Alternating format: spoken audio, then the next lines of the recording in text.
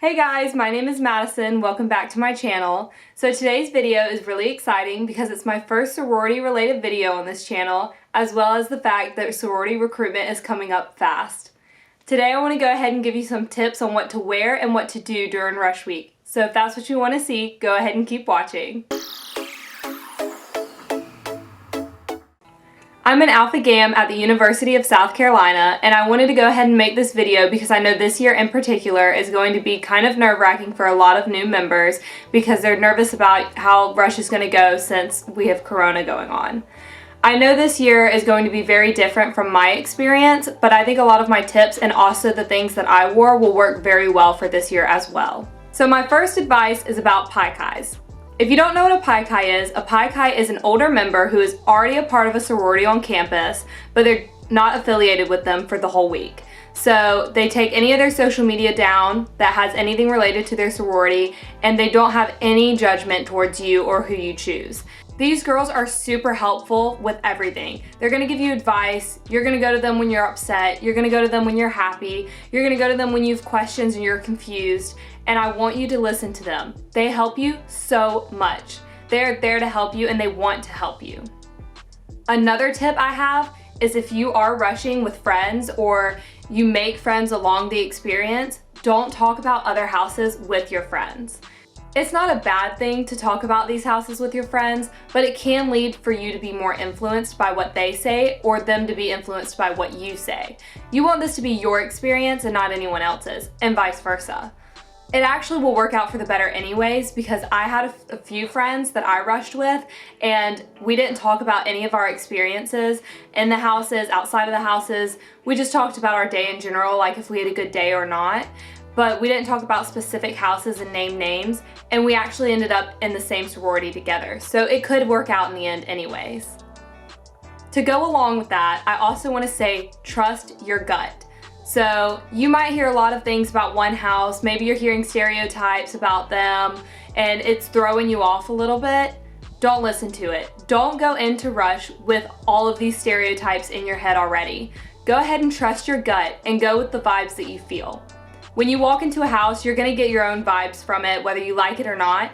Trust that. Go with what you know and what your experience is like with that house, not what anyone else is experiencing. During my rush experience, I personally saw a lot of girls take houses very personal when they dropped them. Don't do that. These houses might drop you and it might be somebody that you really love, but that's okay. They didn't do it because they don't think you're pretty enough, they don't think you're smart enough. It's not that they don't think you're good enough for that sorority, it's just that they think you're better somewhere else. This is one of those trust the process moments, and I know it's like really annoying to hear, but it's so true. So if somebody drops you and you happen to like them, don't freak out. These other houses are still really excited to see you and they've tried really hard and worked really hard to impress you. So go in with an open mind and ready for a new house. So my next advice for you is to go ahead and just be as genuine as possible. Don't put on a face, don't be fake, don't do anything that you wouldn't normally do, and don't say anything you wouldn't normally say. You want to be as genuine and real as possible because you want these connections in your sorority to be real, so when you find your home, you can make friends easy. So another huge tip that I have is to write notes after each house. This sounds like really OCD and kind of crazy, but it helps you so much.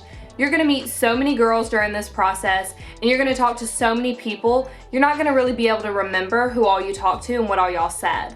So you wanna go ahead and after each house, have a notebook or maybe take notes on your phone, maybe write down the girl you talked to, what her name is, a few facts that you learned about her, and what you did or didn't like about the house. I did this and it helped me so much. I went ahead and rated each house too, for me personally, like you would a restaurant, for example, and I did 1 out of 5 stars. So if I really liked the house, I gave them 5 stars. If I didn't think we vibed as well as other houses, I'd give them 1 or 2 stars. This makes the process so much easier when it comes time to go ahead and vote for your houses, and it cuts out so much time just waiting and thinking and stressing and worrying. This is also really cute because I personally ended up having 2 houses at the top of my list the entire time, and Alpha Gam was one of them. So now I can look back on these houses and I look at the girls that I talked to and the notes that I took of how they made me feel and how excited I was and how great the conversation was, and it's the cutest thing. Now I'm friends with a lot of these girls and I love to tell them just how good they made me feel, and I love to keep my notes and just look back on them. So my last and final generalized tip is your makeup. So I like to keep mine very simple, and today I did mine like I did during Rush. And this was like so important to me. For the University of South Carolina, most of our rush for the first few days, we spent outside in the heat, and it was so hot. So we were all sweating and we got gross. So I didn't like to have a bunch of makeup on. So I usually would keep some powder with me and a few other things just so I could easily touch up my makeup but not have to like redo my makeup. I also like to keep my makeup very similar throughout the whole week, just so if I'm meeting somebody new, they're not necessarily confused on who I am, or I don't look the same as any of my pictures. So now let's talk about the specific rounds. So my university has 4 total rounds, and these rounds are actually split up into multiple days. If you want to see what I specifically wore during Rush, you can go ahead and go to my Instagram and look at my Rush 2019 highlights, and I posted my outfit for every day as well as a couple of fun clips in there with me and my friends. So round 1 for my university is called Go Greek and Sorority 101. This is a very, very basic round. During this round, you're going to be repeating yourself all day constantly. You're going to be thinking of the usual things like just the basics, you know, what's your name, what's your major, where are you from, what made you interested in becoming in a sorority. So if you go ahead and think about those answers, you'll sound really like poised and put together when you answer them in the sorority. When you do that, you don't want to sound rehearsed. You just want to sound like you know, like you're confident in your answer. If you sound rehearsed, it kind of sounds less genuine. As for what to wear for this round, my university goes ahead and gives out 2 t-shirts a year. I know this year is a little different. We're only giving out 1 t-shirt and then you pick your own t-shirt for the second round. But for this first round, you will be given a t-shirt to wear, and it's kind of up to you to make that t-shirt more cute. A lot of other girls would either pair it with skirts like I did, or they would do flowy shorts. You want to wear shoes with this that are very comfortable. I wore tennis shoes. I know a lot of girls wore sandals. If you can find some that are comfortable enough, go ahead and do that too. But this is not the day you want to wear heels or any kind of shoes that are not going to be able to last you very long, because you're going to spend hours on your feet and it's going to be the longest day of all of them. You can go ahead and spice up this outfit too with your jewelry. There aren't really any rules to jewelry when it comes to Rush Week, but I will say if you're gonna wear something that like jangles a lot or it has a lot of movement and it tends to be really loud, that can also make the conversation kind of difficult and even harder for you to hear. So I would do more simple jewelry, or if it is bigger jewelry, try to make sure it's not like super loud so it doesn't like interrupt in your conversation. So round 2 is philanthropy round. This might have been my personal favorite round just because it has a lot of deep meaning in it, and you can see a lot about these girls within this sorority when you really go through this round.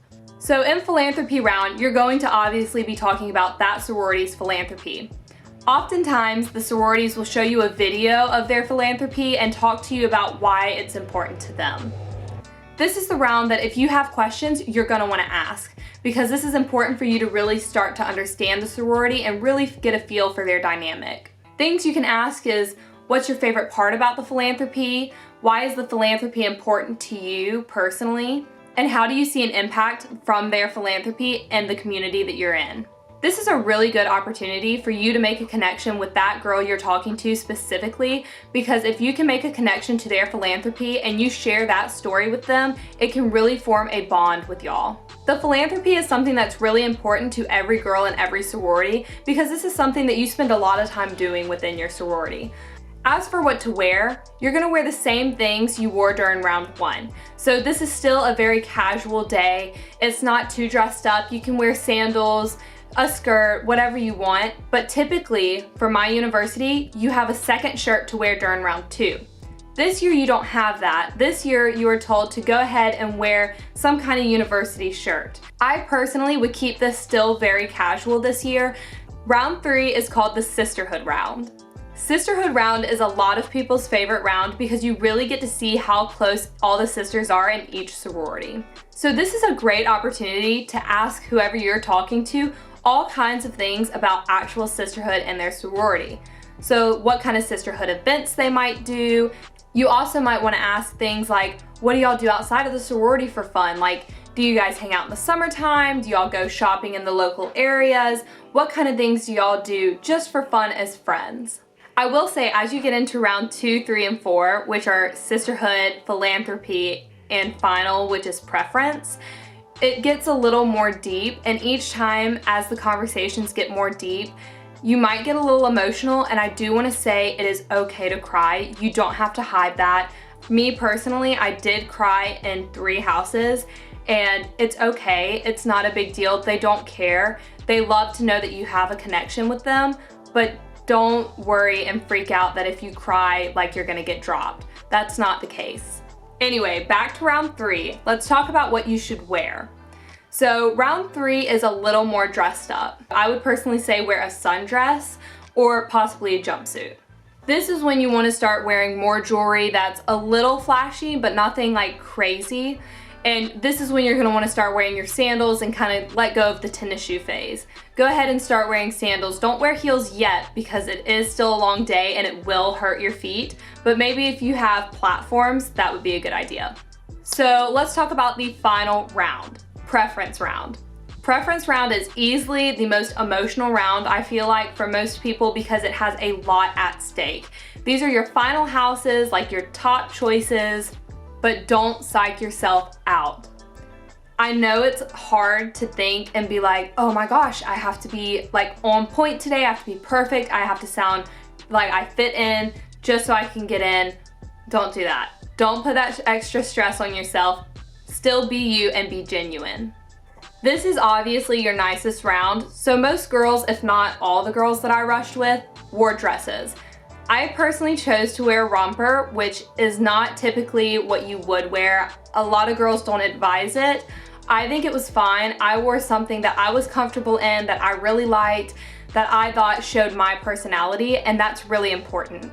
So since this is your last round, you want to go ahead and personally, I would do this the night before, but you want to go ahead and think of any final thoughts, questions, concerns you might have and ask. For me, that personally was academics. So I wanted to know, whenever I went into each of these last houses, I wanted to know what they do academically to help their sisters and what they do opportunity-wise with academics. So every house that I went into, I made that a point to talk about. And that was really important to me, and it actually helped me narrow my choices so fast. So that's it for all of the rounds. If you had any more questions or comments about what I said, go ahead and leave them down below and I'll try and respond as fast as I can. I hope this video was super helpful to all of you. If you want to see a what's in my rush bag video, go ahead and give this video a thumbs up. If you liked my content and you want to see more, or maybe you liked me and want to see more of me, go ahead and hit that subscribe down below, and I'll see you guys next time.